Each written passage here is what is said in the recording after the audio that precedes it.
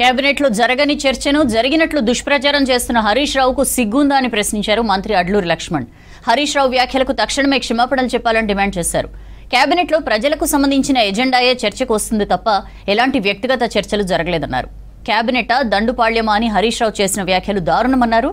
10 ఏళ్ల మీ కేబినెట్ దోపిడీ దొంగల్లా దోచుకున్నారని ఫైర్ అయ్యారు. బందిపోట్లలో దోచుకున్న బీఆర్ఎస్ నేతలు తెలంగాణ గురించి మాట్లాడే అర్హత లేదన్నారు ఎమ్మెల్సీ అద్దంకి. హరీష్ రావు పిచ్చి పిచ్చిగా మాట్లాడడం మానేయాలని హెచ్చరించారు ఎమ్మెల్యే నాగరాజు. ప్రజల అంశాలు చర్చించుకున్నటువంటి కేబినెట్ లో మరి మీరు 10 సంవత్సరాలు రాజ్యం వెళ్ళింది కదా.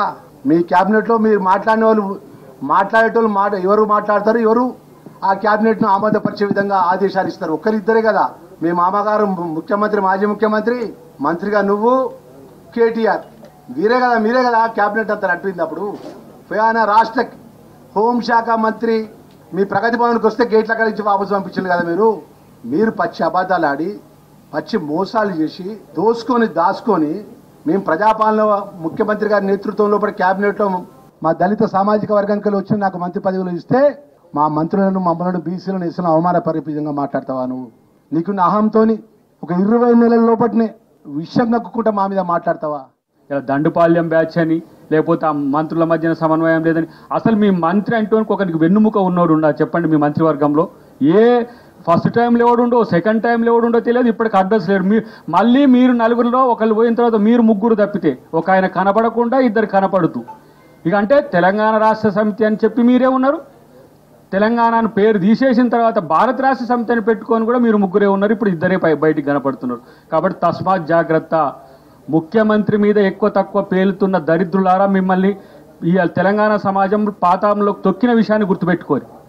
ఇంకా ఏ మొహం పెట్టుకొని ఇలా మీరు తెలంగాణ సమాజం ముందు వచ్చి మీరు ఇలాంటి ప్రశ్నిస్తూ ఆయన ఎర్రగడ్డకు ఆటోలో పోయినాం.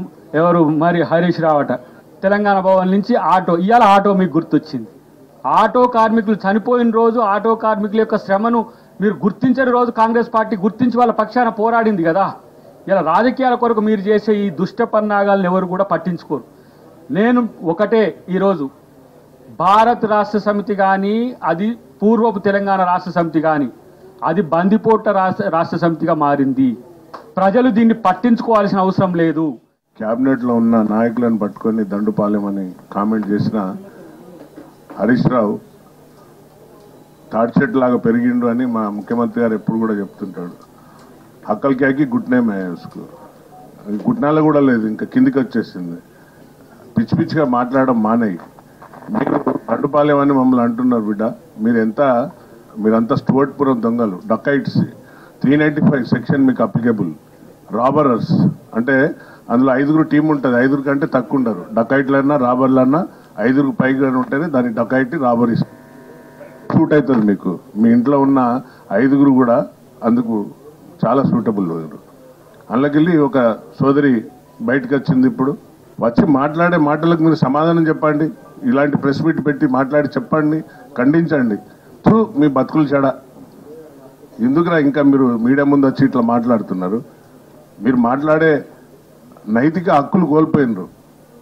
అందుకనే మిమ్మల్ని మీ బతుకులు చెడ అంటున్నా. ఇది ఎవరి డైలాగో మీకు తెలుసు. అంతకంటే దిగజారిపోయినరు. అన్నా కూడా ఇంకా మీకు సిగ్గు మానం లేకుండా అయింది. లలిత మోడీ, విజయమాల్య, నీరవ్ మోడీ కూడా సిగ్గుపడుతున్నారు వాళ్ళు. అరే నీ అమ్మ, మేము భారతదేశం ఇడిచిపెట్టి పారిపోయినాం, కానీ వీళ్ళు ఎంత తెలివిగా దోసుకున్నా వీళ్ళు ఇంకా అక్కడనే ఉన్నారు తెలంగాణలో అని వీళ్ళ దగ్గరకు వచ్చి క్లాసెస్ తీసుకుందాం అనుకుంటున్నారు వాళ్ళు. అందుకే నేను చాలాసార్లు మీరు ఈ యొక్క తెలంగాణ ఉద్యమానికి ఉన్న మీ ఆస్తులు ఎంత, తర్వాత ఎంత, ఇప్పుడు ఎంత ఉన్నాయో మీరు చూపెట్టండి, చూడండి, ప్రజలు గమనించండి అని చెప్పి